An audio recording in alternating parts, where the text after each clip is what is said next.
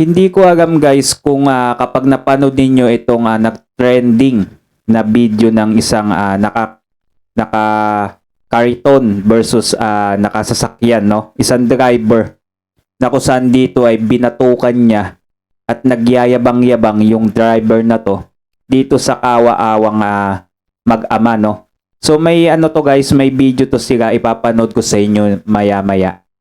So ito yung trending na pinamagatang tapang now, iyak later, no? So eto guys, mabubwisit talaga kayo kasi alam nyo, yung ganitong klaseng tao, hindi dapat to binibigyan ng talagang lisensya o pagkakataon magmaneho, no? Kasi yung mga ganitong klaseng tao, dapat hindi na to hindi na to nabubuhay sa mundo no? Masyadong mayabang at porket na mayaman ka, halos kayang kayanin mo na yung mga taong mas mababa pa, mas mababa sa iyo, no? So dito guys, ewan ko kung anong masasabi niyo dito sa video na to. Ito yung nag-trending at ngayon ay sinuspindi na siya yung kanyang lisensya. So tama lang yan, no? Na suspindihin yung kanyang lisensya ng 90 days dahil dito sa walang awa niyang ginawa niya dito sa magtatay, no? Pati yung bata kawawa din. So ito guys, ipapanood ko sa inyo yung video. Dito, mabubwisit talaga kayo sa kanyang ginawa. So eto, panoodin natin. Ako ko! Ilang ganyan, tinagin ako ulit. Sana tinagin ako ulit. Putang ina mo. Ayan. So kita nyo guys, binatukan niya. Tapos piniay pa niya itong kawawang tatay ng bata. Dito pa lang makikita nyo ninyo yung pinagkaiba ng mayaman sa walang-wala, no?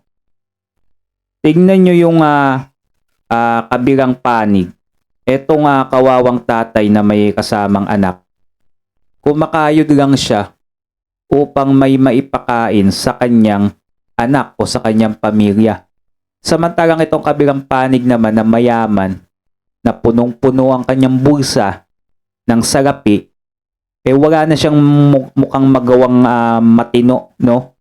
Imbis na pagpasensya na lang niya yung kaawa-awang mag-ama na kung ano man ang nangyari dyan sa away nila na yun, kung nasagi man yan o muntik na magbanggaan silang dalawa, total, mayaman ka naman, kayang-kaya mo naman ipagawa yan, di ba?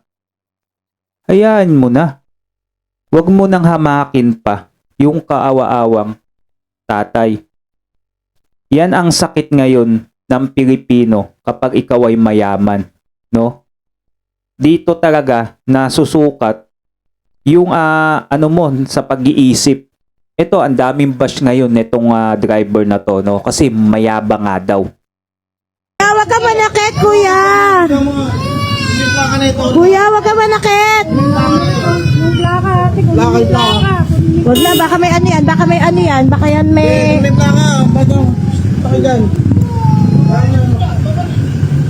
Kita nyo, nakita niyang naka-video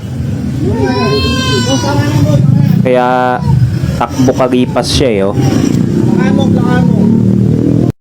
So ayan, yung kanyang plaka ay NHU 2321 93 NHU 9321. Sana no, ang ginawa nila ng LTO dito ay tinanggalan na siya ng lisensya no habang buhay. Kasi 'di ba, kung matatandaan ninyo, sinabi nila Kanilaw na kapag may ganitong away, no, talagang sususpindihin niya ng malaga o habang buhay na walang lisensya, no? Alam ko sinabi ni Kanilaw yan no? Kung hindi ako nagkakamali. Dito hindi ko na ipapakita guys yung pag-iyak ng bata kasi kawawa naman, no? Ito talaga yung sakit ng mga mayayaman, no? Tapang ngayon, iyak later. Yan yung sakit niya So dito guys, talagang mabubwisit kayo dito sa driver na to, no? Ng pick up na to. So pick up pala tong hawak-hawak niya. So tingnan natin, no? Yung comment dito. Ayan. So sabi dito, ang gara nung sasakyan pero yung pagkatao inuud. So may tama nga talaga siya. Biglang alis siya pagkakita ng na binibidyo siya.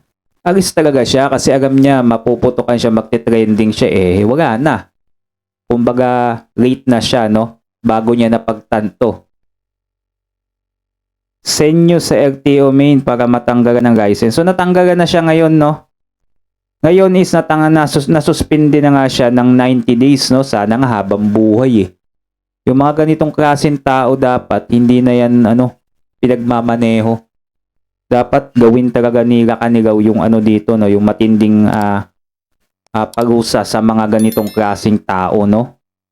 Batok now, sorry later. Ayan. So nagbinatukan pa niya yung na yon. Yung wala naman sa kanyang ginagawa, di naman siya sinaktan. Tapos siya sinaktan niya. Kawawa talaga. No? So tama lang na kahit papaano na nasuspindi siya no. Hambugero, buti kung cash ang biling, mainit ulo niyan kasi monthly. Hyrax niya. Monthly daw, tagal kasi ng 5 years to pay. Parang niya baka bagong hulog niya lang yata kakakuha niya lang yata yun no. Na-trauma yung bata yan. So dun guys, hindi ko na pinakita sa inyo yung video ng bata. Umiyak kasi ng iyak kasi baka ma-violation din tayo dito sa sa YouTube. Kasi yung bata no. Kawawa talaga yung bata. Halos mukhang na-trauma siya. Kaya masampahan din ng reklamo to ng sa DSWD no sana no. So kawawa talaga. So masasabi ko dito, napakahambog talaga nitong tao na to. Porket mayaman, ganun ang ginagawa nila sa walang kaya sa buhay no. So ano masabi niyo dito guys, comment down below at baka pwede kung nakaabot kayo dito sa ating video. Baka pwede ako makisuyo na mag-subscribe naman kayo sa ating channel no. So nadagdagan na tayo ng halos 10 subscriber simula kahapon. Salamat sa panonood ninyo sa ating video. So yun na lang, salamat sa panonood. Thanks for watching. Have a nice day.